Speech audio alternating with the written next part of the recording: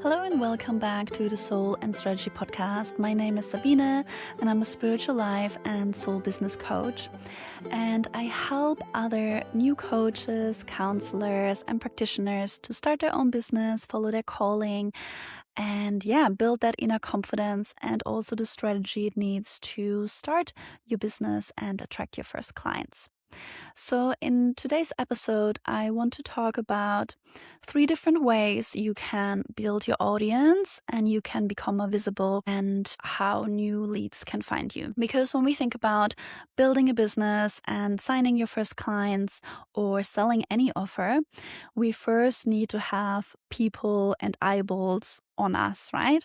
So we need to have people who can see our offer so that when we talk about our offer, when we pitch ourselves or when we want to have people in our rooms, they actually know we exist. So there are 3 different ways we can do that. So with whatever strategy we want to do, we always look at time versus money. So some of them will involve more time, some of them will involve more money, and I'll also share with you what I think is great to start with if you're new and if you're in that building stage of your business.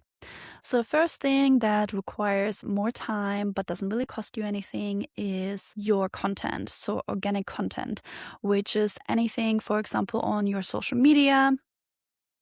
It could also be things like newsletters or, for example, for me, my podcast. So all of those things are great and important and they don't really cost you much. You're not paying for anything, but they cost you a lot of time.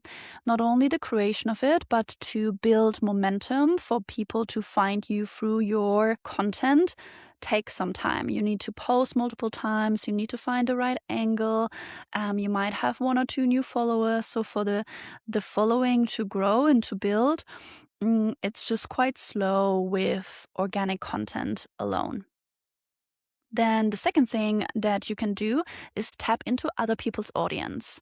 So for example, if you know someone who already has an established audience, it's way easier to tap into their audience, to be featured in their podcast, in their blog, on their Instagram page, because then people can find you. It's kind of like a cross-pollination without you building your own community and audience from the start, if that makes sense.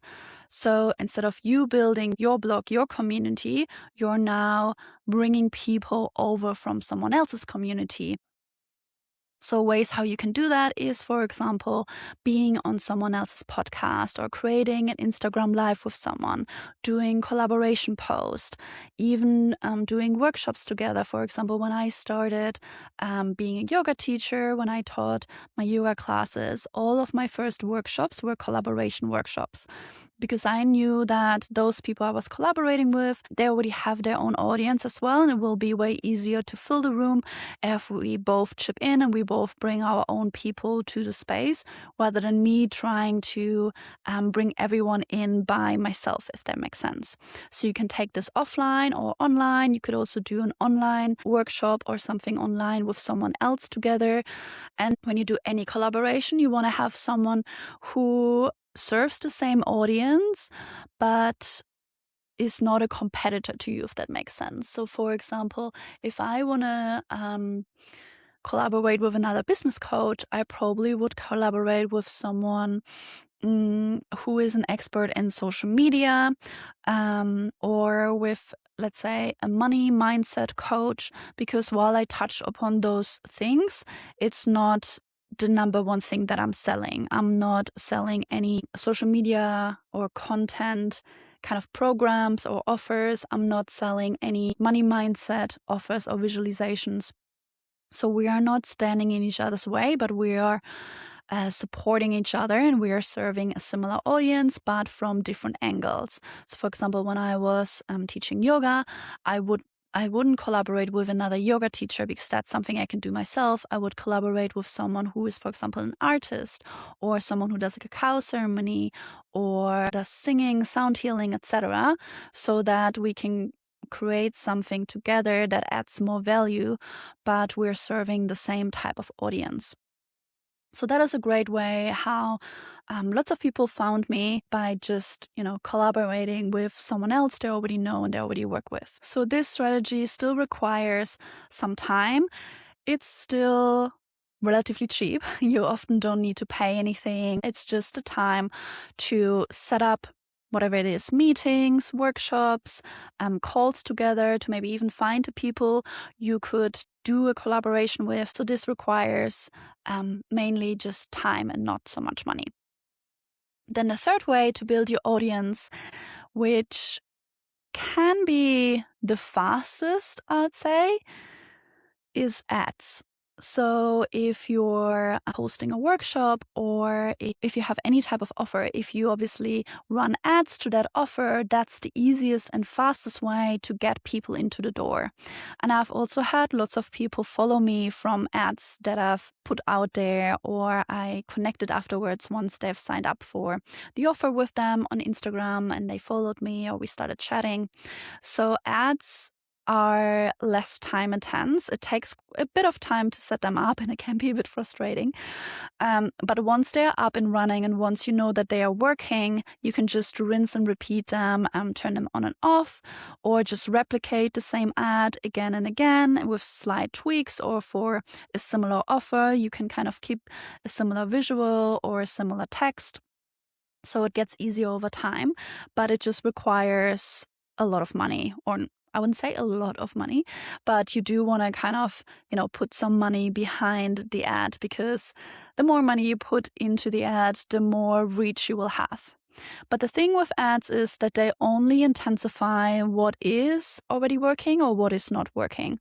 So if you have an ad and the messaging is not landing because you haven't really figured out who your target audience is, or if you don't actually know that the product you have is interesting for your target audience, it's not validated yet, then if you put money into an ad, it's actually not going to work, because either they're not going to land onto your landing page, your sales page, because the messaging up front was not aligned, or maybe they land on that sales page, but they are not really attracted to sign up to the workshop or to download it. Maybe there's a mismatch between the message from your ad to your sales page. So we first want to make sure that the messaging is landing, that your offer is also validated, that there are people out there who are interested.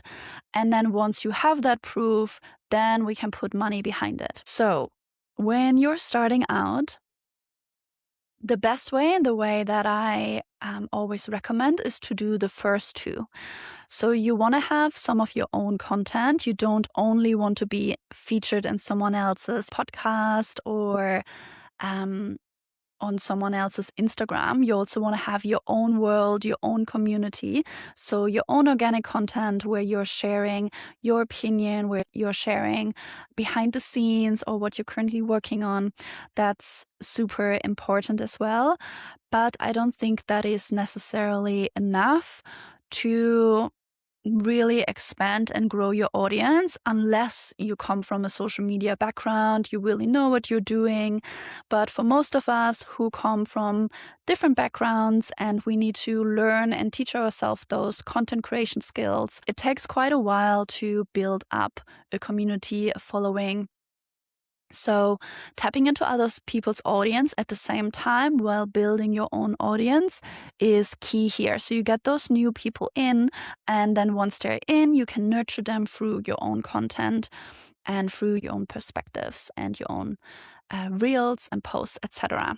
So those are the two things I would recommend. And then once you've kind of feel like you've nailed your messaging, you've nailed your target audience, and obviously nailed is always a bit of a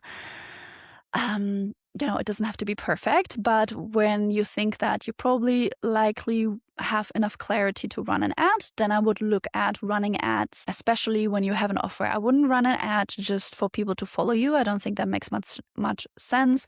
It's a bit of a waste of money. But what you can do is run ads to your freebies, to your lead magnets, so to your workshop, to your free offers. So that's something that I've done multiple times. And the reason why a lot of people who didn't know me before have found me and then have become clients as well. So yeah, ads are also great, but if you're starting out, focus on first getting your organic content in in shape, let's say, and to validate your offer, to validate your target audience. So then the ads later on are just accelerating what is already working. And then we also want to look as I said, collaborating with other people. And that can look different in various ways. So so those are the 3 things that you can do to grow and build your audience. I hope that this episode really helped you. Let me know what you've gained, what you've taken away from this episode. You can leave a comment. You can connect with me on Instagram at Sabine Lehnhardt. And if you haven't done any collaborations and partnerships yet, and you haven't really tapped into someone else's audience, have a think about what that would look like for you. Who do you know in your network who you could work with, who you could do an Instagram live with, where you're both benefiting from each other's presence. So that's everything for today. Let me know how you found this, and I'll see you in the next episode. Until then, bye bye.